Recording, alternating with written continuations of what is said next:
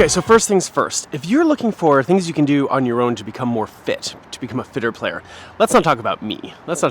Go to someone like Fernando Fit Pro, right? He's got tons of content. You can find it all on Selkirk TV. Fernando Fit Pro's got tons of things you can do to just be like in better shape when it comes to playing pickleball. What I want to focus on today are some of the things that we can do by ourselves to become better players, right? So more like the technical side of things that you can work on if you want to train on your own, okay? So for the fitness side of stuff, go watch Fernando. He's great. And let's us talk about what we're gonna do on the court. Okay, so I've got a few different paddles with me here today, and some of you, maybe you've seen some of our other videos we've shot from here. We had the kids out, and so we had a bunch of demo paddles. I have loved playing with the Power Air. It's been great, and this is the Epic version of it, which was the very first Selkirk paddle I ever used, was the Epic shape. This has been great, but you know what? I want to give something else a try here.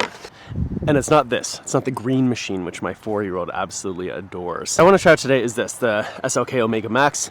You probably know the SLK is the more affordable line of paddles by Selkirk. Full disclosure here, I've played with a whole bunch of SLK paddles, and I love them. I love them. They look good, they feel good.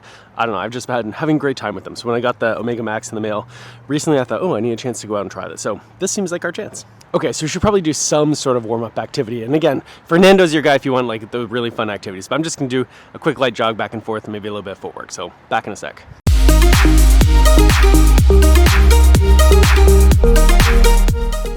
I know they say you shouldn't run backwards. You gotta run backwards when you play pickleball if you're gonna play well. It's not the running backwards that's the problem. The falling.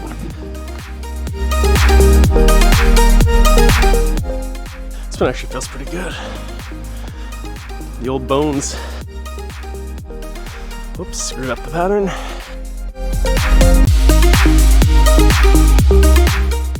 Okay, that's good enough.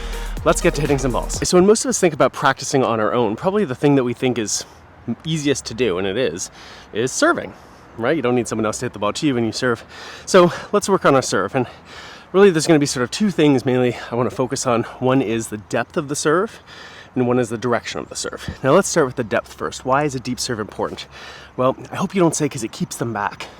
It doesn't keep anybody back, at least not good players. They still return serve, they still come to the net. So what is the value of a deep serve? Well, there's two things, well, I guess you could say three. There's two reasons that we want the serve to be deep. The first is that if you hit deep, they may not stay back, right? Good players still come to the net, but their journey forward to the non-volley line is gonna be longer, right? If you push them behind the baseline, when they're hitting the return, instead of they're on or inside the baseline, they're gonna have farther to run. And if they have farther to run, there's a better chance that they don't get all the way to their line, right, all the way to the happy place at the non-volley line, or there's a better chance that they hit a slower, higher return so they have more time to get up there. That's also good for you, because you probably prefer having more time to get ready for that third shot, right? So that's one reason that we want to be able to serve deep, is it makes their journey to the net a little bit longer. Now, why else might we want to serve deep? Well, it has to do with timing, because if that ball lands closer to them, if it's landing closer to the baseline, all of a sudden there's less time between the bounce and the hit. They're going to have less time between when the ball lands on the court and when they've got to make contact. And if the timing is more difficult, they're less likely to hit a high quality shot, right? So a good deep serve can make the timing a little more difficult, make it more likely that they have some sort of error, whether it's an error outright or an error just they don't put the ball where they want. That's good for you too. There's one more reason, and this is especially true here at these courts. Okay, so take a look at these courts. So there's very little distance between, here, let's just like take one step, and I'm at the fence, 1.5 steps. Like, this is a short distance between the baseline and the net. And I'm sure lots of you play on pickleball courts where you've got tons of room around the back, but there's a lot of courts, especially if you're talking about indoor courts, where there's not a ton of space between the baseline and the fence. And so what'll happen is if you serve deep and all of a sudden the ball is landing like somewhere back here, then that's going to make it much more difficult for them. They're not going to be able to back up as much because they got the fence in the way. They might have to take a shorter swing. So those are 3 good reasons why we want to serve deep. So let's do it. All right, this was actually way tougher for me to set up on the fence than I thought it was going to be, but I think we got you. You're sort of secure. You're wobbling a little bit, but this is fine. Okay, so how deep is deep enough? Well, the deeper the better, obviously. Now, if you're a less experienced player, it's a little bit tougher to get the ball exactly where you want. You might give yourself a bigger target, right? You might say, landing it from here back is fine. If you're a more advanced player, you might want to push yourself and say you want it to land from here back. Okay, I'm going to give myself like we're gonna say medium challenge to start. So let me get some cones. Okay, there we go. So we're gonna say that I'd like to get that ball past these cones. I don't really care right now how I get it there. It could be a slower, higher ball, or it could be a lower, faster one, but we're just gonna try to get them past the cones. Now, just realize I don't have a ton of balls here, so I'm gonna have to pick some up. I got seven balls. This is not many. All right, well, let's see how we're doing here. We're gonna start just like medium speed, bit of an arc, see if we can get them past. And that would be 0 for 1. 1 for 2. That's long. Oh, that's good. Oh, you know why? That was a different ball. 3 for 4. Ooh, borderline. 4 for 5. That's short. 4 for 6. 5 for 7. Okay, 5 for 7. Good, we can run and pick up the balls. It's a little bit of fitness on the way. Okay, so let's say I did that and I was happy with that, and I could do a few rounds of it if I wanted. A couple things we could do here. One is we could change the target. We could make it deeper, and that'd be fine. 2 is we could change the kind of serve we hit. Mine were fairly slow, fairly high, fairly safe serves. But wouldn't it be great if I could get it deep in the court like this, but really like hit it harder, so my opponents have less time to react? I think that'd be great. So let's do that. Same target, but now it's gonna be a fast serve. All right, here we go. Do my best Tyson McGuffin. 1 for 1. Ooh, we'll have to check the tape for that one. That's great. Also great. Yep. So Mega Max is feeling amazing. Ooh, long. That's what you get. Okay, so there we go. It was like 5 or 6, depending on how that second one went. All right, it's not bad. So again, I think what we're gonna do, I'm gonna pick up these balls, and then we're gonna make the target tougher. I'm gonna make it a bit deeper. Okay, so why don't we say half the distance to the goal. Okay, and we're gonna say we gotta do it the same way. It's still gotta be that low, fast serve. Ha, got helped out by the net. I think that's short. That's a beaut. Borderline. Out. That's good. Last one, come on, baby. Yeah.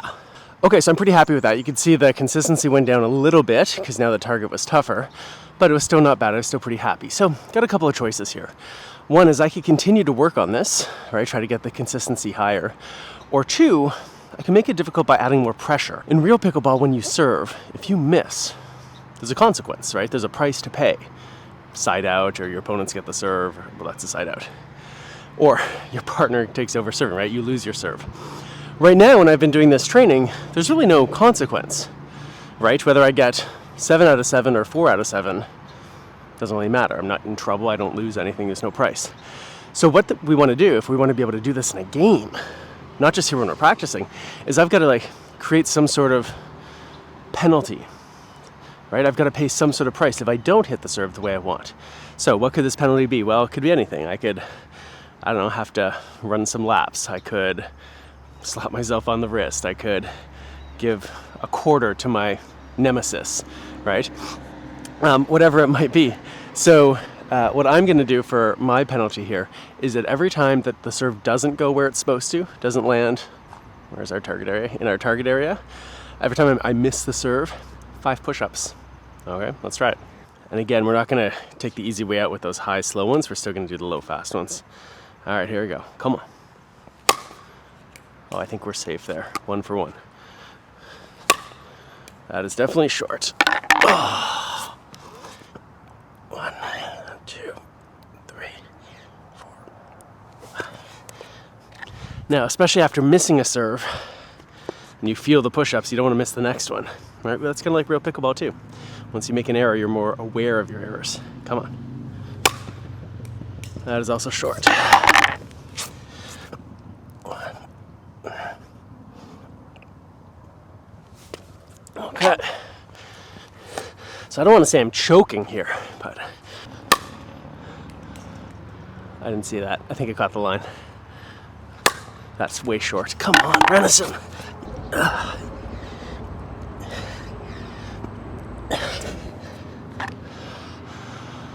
I don't even know what we're at. It's terrible though. Okay, this one, relax. What would Morgan Evans do? Here we go. That is long. 1, 2, 3, 4, 5. Morgan Evans would not miss long like that.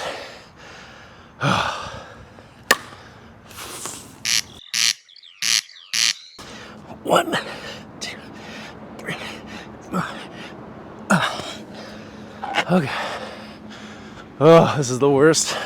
Well, as you can see, I sort of failed under the pressure there. Choked, probably the appropriate word.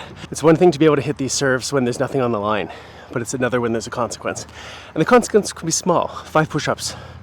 And in the end, honestly, the 5 push-ups is probably good for me. But this is a really important aspect of training. If you want to be able to perform, then you've got to be able to do this skill when it counts, when there's a penalty for failing. So this is a good way to do that. So there you go. If you want to be able to go and practice your serve on your own, do this. Grab some cones, grab a bag, grab whatever it is. You can make the targets progressively tougher, right? Just like we did here. You can make the serve you have to hit a little bit tougher. But the really important thing here, once you've kind of like mastered the basics of it, is to say, can I do it under pressure? And that's where you create those consequences for yourself. Yeah, you might have to do some push-ups, but you know what? You'll be stronger up here. Good luck.